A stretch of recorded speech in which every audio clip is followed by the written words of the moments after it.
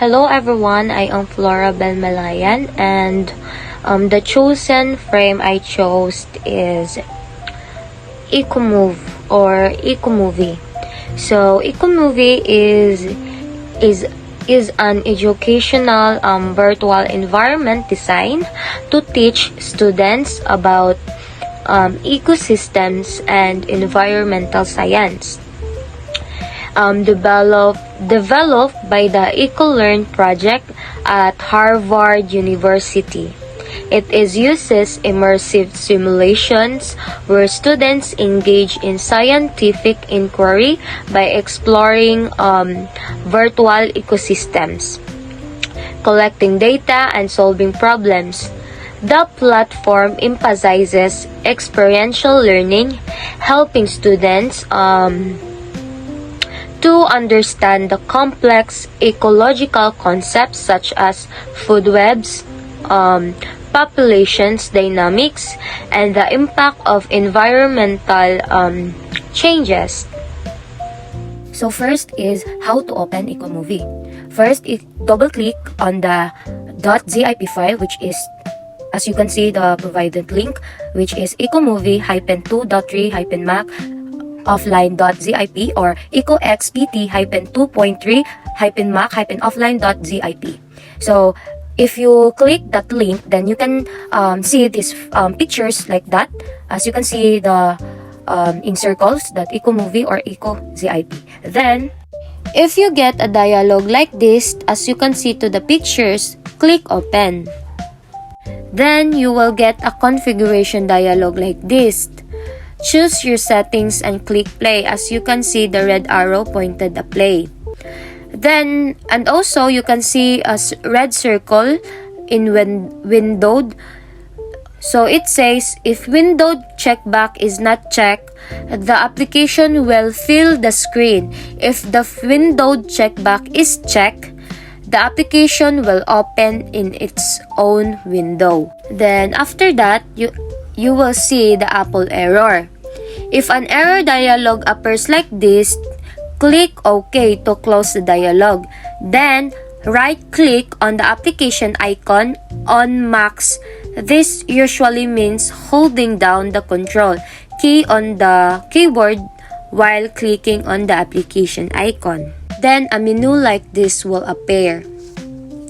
You should get a dialog that provides an option for you to open the application. See above. Click open. As you can see, the red circle. The figurations dialog should appear as above. Now it should work fine.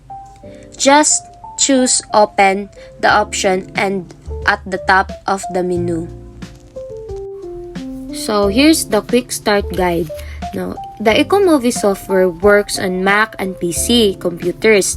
To install the software, simply copy the EcoMovie applications onto each computer that will be using the software. Students should also plan to save their work within this folder as well. See more notes about saving below. We recommended keeping the application folder in a place on the computer where the data is not regularly wiped by your IT or network. Okay. So get started. So double click on the EcoMovie icon to open the program. If a configuration dialog may appear, allowing you to select your preferred screen resolution and graphics quality. You can also select whether you'd like the program to be windowed. Click play to start. If you do not see the configuration dialog and would like to change the configuration, quit the applications, and when you start again, hold down the shift key on a PC on the option key on Mac while you start up the game to make dialog appear. Click new game to start new game. Click load game to open a save game. Type your file name or select your save file. Users should name their save game file with something they will recognize and or remember, because all the data will be saved as files on the computer. User should anticipate needing to use the same computer every day the program is used. If you use a Mac, you may see the message that says Ecomovie is an app downloaded from the internet. Are you sure you want to open it? If you get that message, just click open. After the first time, you shouldn't see the first message. It should go straight to the configuration dialog. Then settings, no? Select the gender and skin color of your avatar by clicking on one of these. No, as you can see, there's a lot of faces and colors and genders. Then select the shirt color for your avatar by clicking on one of these. Just like as you can see, they have a color violet, blue, and yellow. Then next is select first person. As you can see, the pointed pictures. Then on the third person, select point of view like that. Select the settings button to get these options. Okay. Then next is navigating. Use the arrow key to walk forward and backward and turn left and right. Now we are familiar of this keyboard.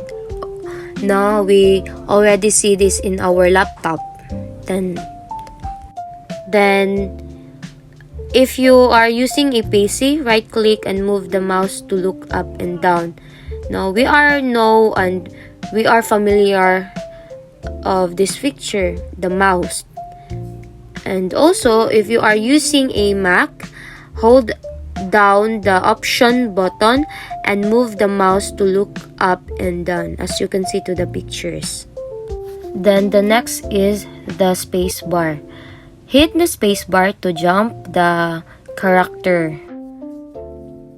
Various character will be present on different days to provide clues. No, click on a character to see what she has to say. Then you will see like this. Like example, the name of the character is Susan. Then Susan says like that example. Okay. The next is the toolbar. Now, all the tools you need are located in the toolbar at the bottom of the screen. So, as you can see, the red arrow pointed that picture, it means the water measurement. So, the water measurement tool opens a toolbar that allows you to collect water samples. Click on the pan to collect the sample. The next is, as you can see, the red circle in that figure, it means the weather measurement. So weather measurement tool provides informations about the weather. Next is the population. Now, as you can see, the red circles. Now, the population data tool allows you to collect population data about various species. Click on an organism to collect population data for its species. Then next is the red arrow pointed that picture. It means the submarine tool allows you to see the microscopic organisms living in the pond. Select a piece to dive, then navigate using the arrow keys to return land. Select return to share. Then, as you can see to the big circle, the green big circle, at the left side, you can see the white rectangles. It means change the depth using the arrow keys or the dip control. Then, at the below, you can see the small squares or rectangle. It means change the magnifications using the magnification buttons.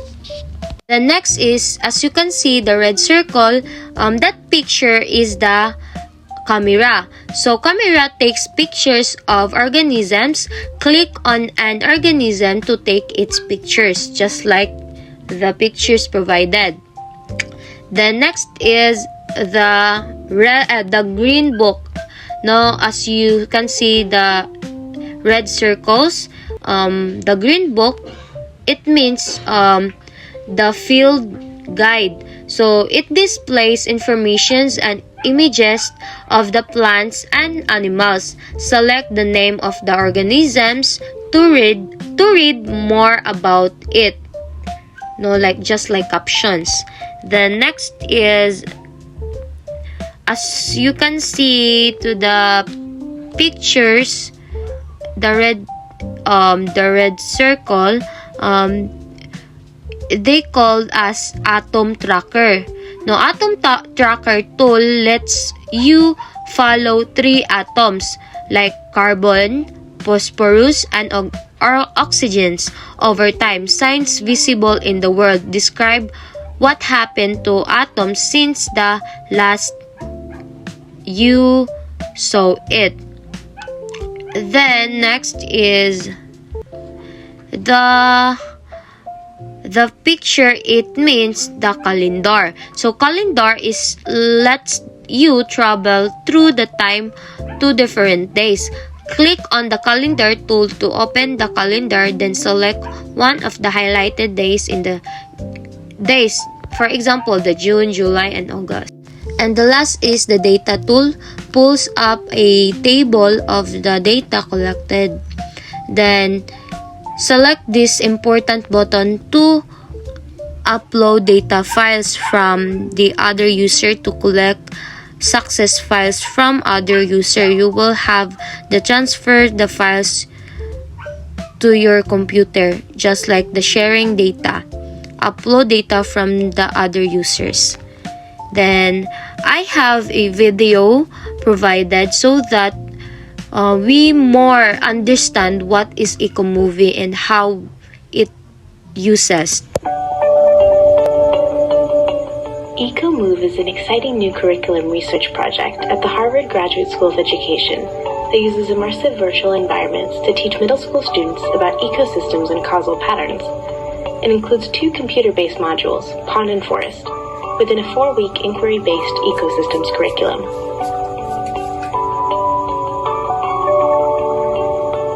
Here we are in the Pond module. We can walk around the pond and see all the different...